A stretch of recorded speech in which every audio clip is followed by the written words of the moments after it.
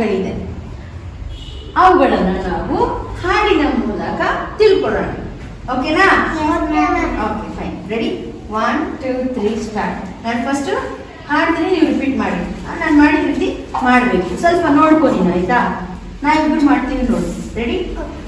ಇದು ಹಾಡು ಹೇಗಿರುತ್ತೆ ಅಂತಂದ್ರೆ, ತಾಳ ಕೊಡು ತಾಳ ಕೊಡು